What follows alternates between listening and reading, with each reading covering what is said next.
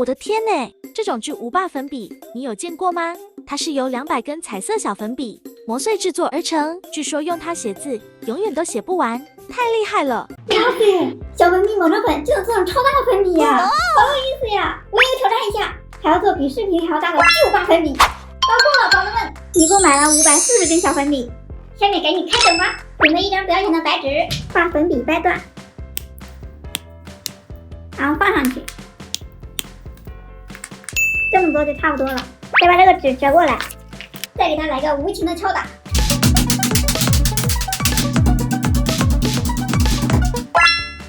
这样就变成这种小碎颗粒，然后我们再来给它碾一碾，这样就变成这种细粉末了。但是我发现这样太慢了，就这几根碾成粉末，都快用1个小时了，1天搞1个月也做不出来呀！不行，还得借助机器的力量。回来。3 days later， 我磨粉机买回来了，下面咱们接着继续哈，把粉笔全部都敲出来，按颜色分类，这样好方便后面打磨。粉笔全部都分好了，一共6种颜色。接下来我们还需要把它们全部都掰断，那我们就一个一个来吧。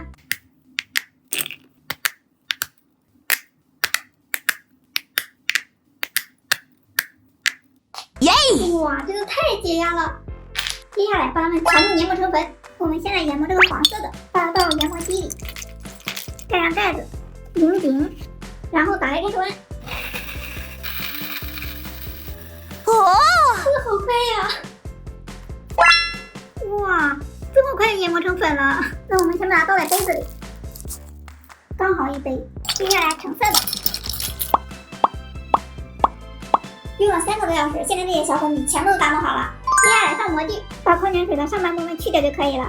往粉末里加入清水，搅拌均匀。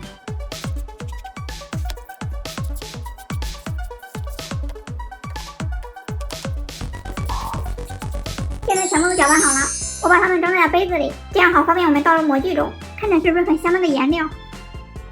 我们依次把它们倒入模具中，倒进去之后再来给它蹲一蹲。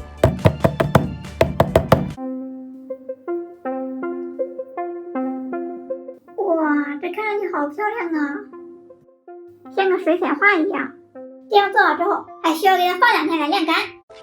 2000 years later， 30天过去了，现在我们的巨无霸粉笔已经完全干了，估计是因为水加的有点多，所以干了之后就剩这么多了，而且它上面还裂了，所以我又做了一个，这个基本没有变少，很完整。现在来给它们脱模吧，现在涂这个少一点的，给它这样切开，取模。好掉渣呀，这边还掉了一块，赶紧把这个也先脱出来，看是什么样的。来喽！哇，叮叮，巨无霸粉笔完成，这看着也太好看了吧，还是彩虹色的哟，而且它这上面还有矿泉水瓶的纹路，不过它的另一面还是掉了一块，整体不影响。它们两个对比一下，这个看上去就比较粗糙，纹路也不清晰，但是整体的颜色是没有少的。来跟小粉笔对比一下，哇，这个简直就是弟弟呀！不，应该是儿子。我们用它们来写个字看看啊。先用这个小的写一下，可以，还蛮清楚的，拿着好重啊，不错不错，用它写字画画都没问题，就是用它有点费手啊。我觉得还是把它送给老师吧。你们说送给哪门课的老师好呢？